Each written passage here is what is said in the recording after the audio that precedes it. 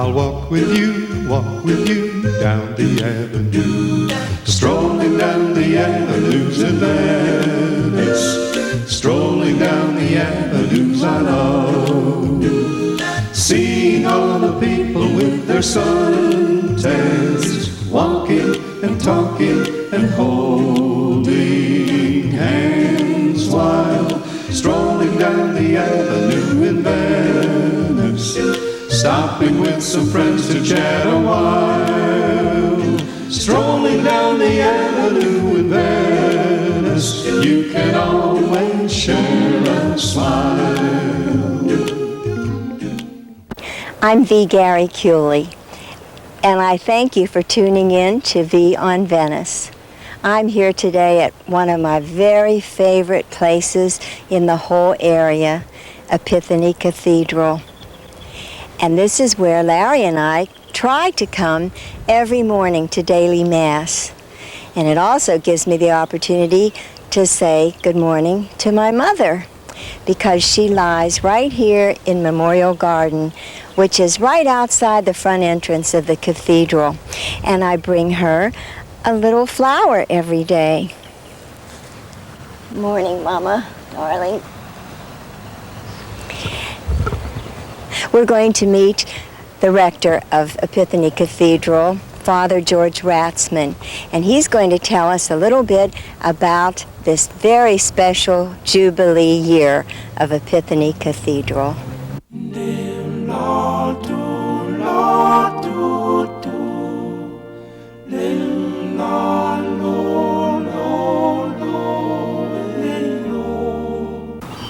Well, here I am with one of my favorite guys in this whole town, Father George Ratzmann.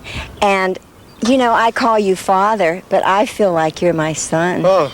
I mean, I'm as proud of you as if you were my son. Thank you. But it's because I was at your ordination. How many years ago? That was 18 years ago now. Yes, 18 years. Wow, you were in the minority. There aren't too many around back then. I've been here 19 years in July, so I've been almost attending daily Mass for that long period of time. So I've seen you grow up, sonny boy. You have, yes. It's true. This is my third time here. You've seen me 3 stints now. I know, and I know the first time you were here and then you left, well, we cried because we knew what a treasure you were, and then God sent you back to us, so we're so indeed blessed. Well, thank you. Well, now just tell us a little bit now, this fabulous year, the Jubilee year. I know we've celebrated something already. Now what else is to come? Well, this is our 50th anniversary. It's a great year for us because we started 50 years ago as a little wooden church on the corner that sat perhaps 40 people, and now we're in this large church that holds about 2,000 people, and if you count the number of communions that are distributed over the course of a year, we're tied with Dallas for being the busiest cathedral in America, which is really amazing that we grew that quickly. So we have a lot of celebrations this year to commemorate the 50th anniversary and to remember the people that went before us. Because there are so many people in this parish, about 12,000 people, we couldn't have one event where everyone could attend, so instead we're doing a lot of smaller events where, you know, a few people at a time can have it. So we've had a Las Vegas night already. We had an open house where we toured all the different buildings. You had to clean up your apartment. I did. That took about a week to do, yes. And in a few weeks we're having late night catechism. We have a couple of buses, school buses, that are going from here up to Sarasota for late night catechism. Just various dinners, both formal and informal, throughout the course of the year to try to appeal to all different age groups and people in all different kinds of circumstances to try to find something that will be convenient for them. Well, we're reminded of it, of course. We see your banner there placed outside the cathedral doors, and you made us very much aware of what is going on by the cup that we have with all the events. And every event's on the front of that cup, that's right, yes. And Chris is doing a tremendous job, and her committee, too. Chris is a godsend, yes, and all the people that she's accumulated. She's like the Energizer Bunny. She's just always going, always busy, and always a smile on her face. So it's always, I think she generates energy, and that committee has done a lot of work during the last year. Well, you know, this church, to me anyway, over the 19 years, it's been like an extended family to me, because I belong to all of those prayer groups, and they went through me, they were there with me through all of my problems with my mother and her demise, and it was just such a tremendous support for me. So we find so much. I mean, Larry just can't let a day go at all without coming to Mass, especially. I mean, he in fact, on Saturday I had to read at 3:30 Mass, so that would have counted for the Sunday, but he came extra anyway. I know, I see you all the time. I see you right there in the pew. There are certain people that are always there, and you come to kind of look for them to see, are they here today? And sure enough, you usually are. Well, you know, the cutest thing, Monsignor, of course, I've known him for all these years, too. And if I'm not there for a couple of days, do you know he calls me? Really? Oh, doesn't he, Larry? And he'll say, where are you? I haven't seen you. Are you okay? Is that wonderful? He's a great man, a very holy man. He spends a couple of hours every day in prayer. He comes over to the rectory and sits in front of the Blessed Sacrament. Just a very holy man. Well, I think he's a saint among us. Mm-hmm. I'd agree with that, yes. Yeah. And also, I think we are tremendously blessed with our priests. I mean, gosh, there's so much to be gained from coming to Mass, and especially daily. Well, we're fortunate in this day where there's a priest shortage, that because we are so large, we have a lot of priests. We also have 4 retired priests that help out from time to time. So as a result of that, you know, you get a lot more variety in the homilies than you might in another parish where there's only one priest. Because no matter how hard you try, you eventually find yourself repeating a homily that you gave before. You know, there are a certain number of themes that Not you. Well, it happens. So it's great that we have so many priests. Adds variety. And you know what? It amazes me about you, that you must be a voluminous reader, because I'd love to know all the sources. Every time you quote or read a story or something, I keep thinking, well, now where did he find that? It's so precious. And, you know, you relate so much to us, and it's all relevant and meaningful. Oh, great. Thank you. So you are our little treasure, our big treasure. Well, we're going to go inside now before we melt out here and show you more of our lovely, beautiful cathedral. Well, Father and I are standing now on the entrance to our cathedral, which is also very lovely. Every part of this building is. And I just wanted to make sure, you know, we have just the best bulletin, and it has been improved so much. In fact, it's almost like a magazine to read now. But I want to tell any of you out there, if you feel ever bored and you don't have anything to do, believe me, pick up a bulletin, and you could be busy every day of the week. I mean, I'm so sorry that I can't do everything, because I would love to. Well, we have 61 ministries here at the cathedral that people can volunteer to be part of. And the great thing is that we have so many retired people in the area who do have time and are still healthy and are willing to give us hours every week. So the parish is very vibrant, largely because of all the volunteer work that they do in those 61 ministries. Oh, that's what I encourage anyone to do, because it's so rewarding too, spiritually, and just to meet people and become involved. And this lovely, Larry, if you can take a picture of this, I love that cross there. I know that was donated by Bud and Elaine, and that's just a very beautiful welcome, isn't it? And Father, would you tell us about these banners? Maybe people don't really know. Surely. The one on the right is the bishop's coat of arms. Every bishop has a coat of arms, and this coat of arms tells a little bit about the bishop's history. You see prominence of green because he's Irish. His parents were Irish. You see the Celtic cross there, and his theme is to serve with mercy. And then over here on the left, you find the diocesan coat of arms. It's got a lion up on top because a lion represents St. Mark, who is the patron saint of Venice, Italy, and also Venice, Florida. And the 3 crowns represent the 3 kings from Epiphany Sunday, and we are named Epiphany Cathedral. Down below you see water, and that's because we're right here on the Gulf. So it says a little bit about our diocese and about our cathedral. Oh, see, I bet people didn't really know that. Thank you very much for telling us. Well, now we're going to take a walk inside the cathedral, and it is still decorated with the flowers for Easter, and it just looks magnificent. Well, here we are in the cathedral, and Father, you're going to tell us a little bit about the huge stone sculpture there. Be glad to. Since we are named Epiphany, this is a depiction of the Epiphany. Mary is holding the Christ child Joseph is over there just to the left of her. On the extreme left, we have the 3 shepherds. On the right, we have the 3 wise men who came on Epiphany. And up on the top left is the angel Gabriel. On the top right is the star that the 3 wise men followed. Then we have, on either side of the altar, 4 enamels which represent the 4 gospel writers, the 4 evangelists, in the traditional symbols that are used to depict them. St. Matthew is a man. St. Mark is depicted by a lion. St. Luke is depicted by an ox.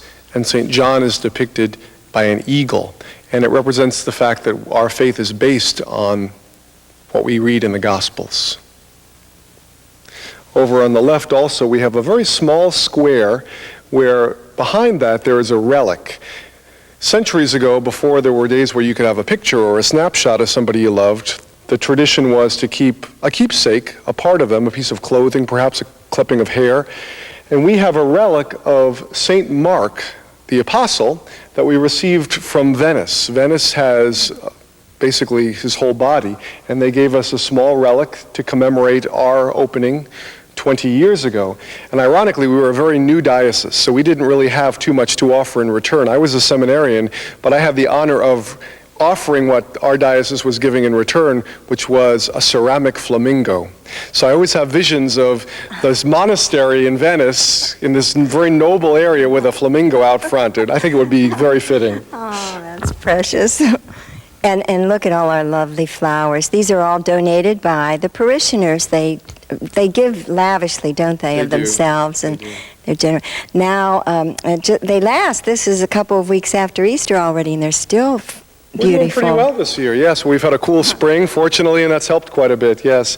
And not only do people donate them, but then other people come to arrange them. We really do have wonderful volunteers who work very hard. We're a very vibrant community because of the numbers of people that come here and the amount of time that they're willing to give. And you are to be commended for being on top of all of this, too. My goodness. Well, let's see. Tell us also, we have lovely stained glass windows all around, and if anyone wants to know more about each one, I know that there's a record of them at the office because they have been featured in the Star magazine over time, and that's always good to come and read about it. Is there anyone in particular that you would like to describe? I think my favorite is the Annunciation, which is the 3rd from the far right. We see the angel Gabriel coming to Mary, and she's sitting in prayer as the angel approaches her. And then just to the left of that, we see the birth of Christ, Christ sitting on Mary's lap as a young child. The depictions are somewhat abstract, which is why we have a sheet to tell everyone what each window is, because some people may not be familiar with it, but basically all of the ones on the north side depict scenes from the New Testament, and all the ones on the south side depict the New Testament, and all the ones on the north side depict scenes from the Old Testament. Well, see, I didn't really realize that. Well, that's beautiful. And then these banners back there, what do they illustrate? They have no... Holy Spirit or something? You might say that. To tell you the truth, they're just an abstract demonstration of festivity, of celebration.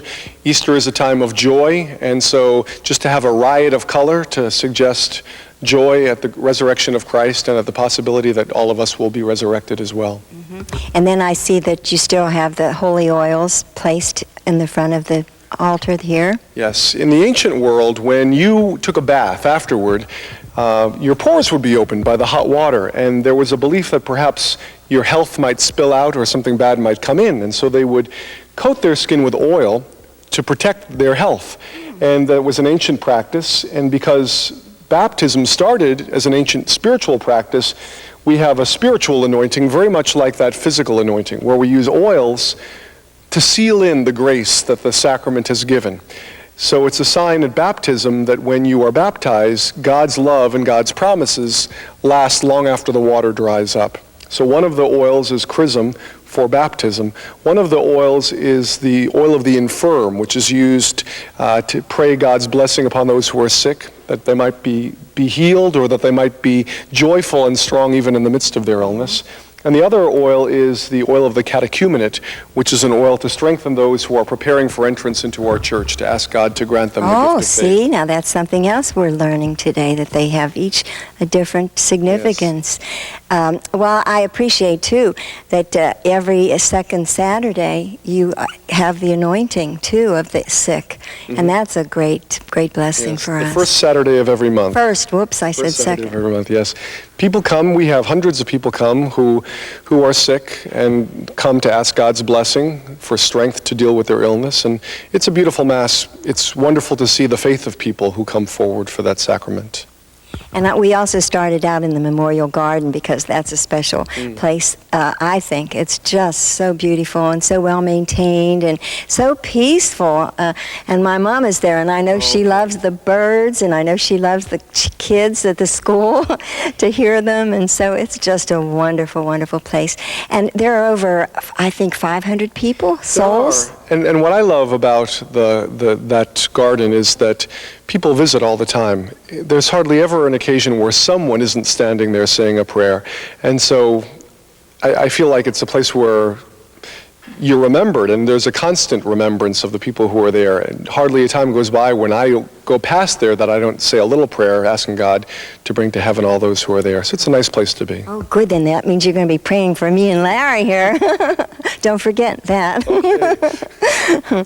Well, we're going to take a break right now, and we're going to come back, and we're going to talk a little bit about our campaign right now that's going on, okay? Okay, see you.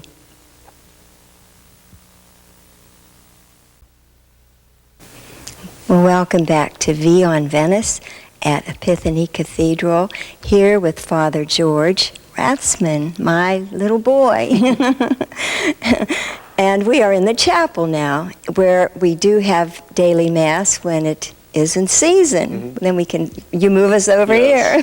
This is a much smaller space. It has seating for about 200, whereas the large side is about 2,000. So small daily Masses here during the summer occur. And something I find interesting about this space is that this church was originally not a cathedral, it was just a parish church. And in this chapel there were 6 windows to illustrate the 6 sacraments that took place in this church: baptism, confirmation, Eucharist, marriage, holy orders, and penance. But then when it became a cathedral, this became the place where the bishop ordained people. I was ordained here 18 years ago, and so the bishop added the window in the back to cover the organ loft, and that signifies the sacrament of holy orders or ordination. So we got all the sacraments here and all the windows to signify them. And this is a beautiful part of the cathedral too. And you close the doors, whatever they are called, the panels, yes. And so that makes the space a little more... Makes it more intimate, yes. There are some parts of the year where every seat needs to be used for a Mass, and so the panels remain open for that time. And then when our crowds decline a little bit during the summer season, we close the panels to make 2 separate spaces. And this space is often used for funerals and small weddings because it is a little bit more intimate. And now this building itself, I think, was erected in, was it 84? 81. 81. So now we have some repairs that we need, I understand, around the place. The school was built in 1955, so it certainly is in need of repair. So tell us about those 3 R words. Yes, renew, refresh, restore. We've been having a capital campaign over the last several months to raise funds to put a new roof on the cathedral, as well as to put a new roof on the rectory, the convent, and the school, to update the 2nd floor of the school, and just take care of different maintenance issues that have been deferred. We thought, well, we don't quite have the money now, we'll wait. And it got to the point where we couldn't wait any longer. And so we're working on those, and we have a goal of $4 million, and that's how much it will cost to do all the renovations, all the maintenance, as well as put a little bit of money away to help reduce the cost of education in our Catholic school. And parishioners have been very, very generous. We're doing very well on the goal to 4 million. We haven't reached 4 million, but we're doing very well. We're getting close. Well, you have a great campaign committee working. We do. Industriously, and so we just have to support it because it's so meaningful to so many of us. Yeah. I think that when people know what the money is going for, and It was an act of God. The day that I got up to ask I about know. We were here. The roof caved in. it did. All of a sudden, rain started running down the wall, and I thought, there's your proof, folks. You know now that we really do need this money. This wasn't a put-up job. Well, Father Joel said that he thought I went up on the roof and dug a hole to make the water come down, but I promise I didn't.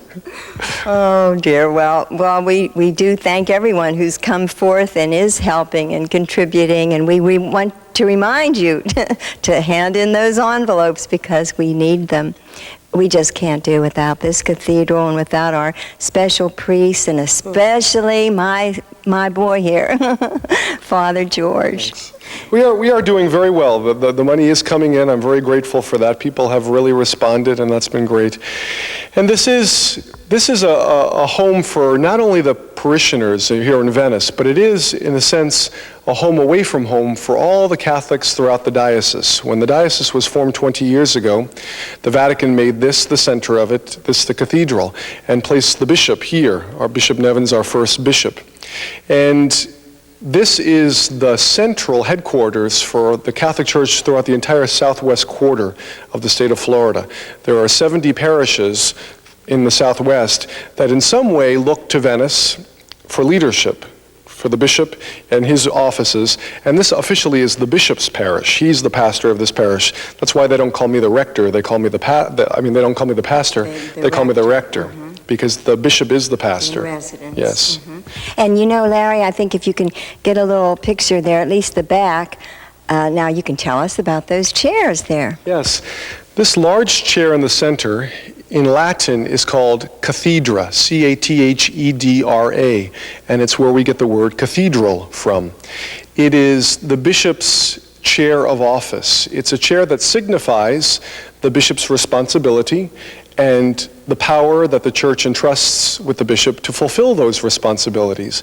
And I like to kind of kid around and liken it to TV lovers to Archie Bunker's chair. No, just like nobody sits in Archie Bunker's chair, no one except for the bishop sits in that large chair. That's his chair, and it represents his office and his responsibility. When a priest is celebrating Mass, the priest is over on the left in the smaller sets of chairs. We're fortunate that our bishop does celebrate Mass here quite often. We are an unusual cathedral in the sense that most cathedrals are in large cities surrounded by office buildings. And so the cathedrals don't have many parishioners. But because we're surrounded by homes, we have thousands of parishioners. We have many more Masses than an average cathedral would have. We function more than a ceremonial building. We are really a living parish, and a very active parish, the second largest parish in Southwest Florida. So we're busy.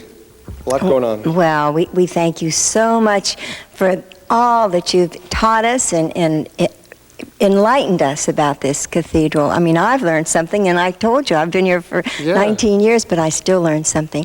And you know what? Don't ever leave us. Oh, thanks. Thank you. Because I don't know how we could do without you.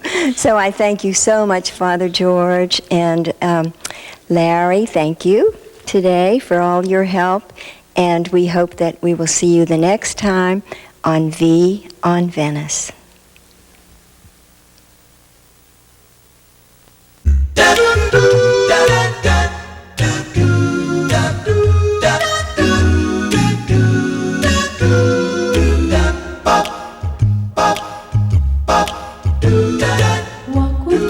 Walk with me, take a little stroll. I'll walk with you down the avenue. Strolling down the avenues in Venice.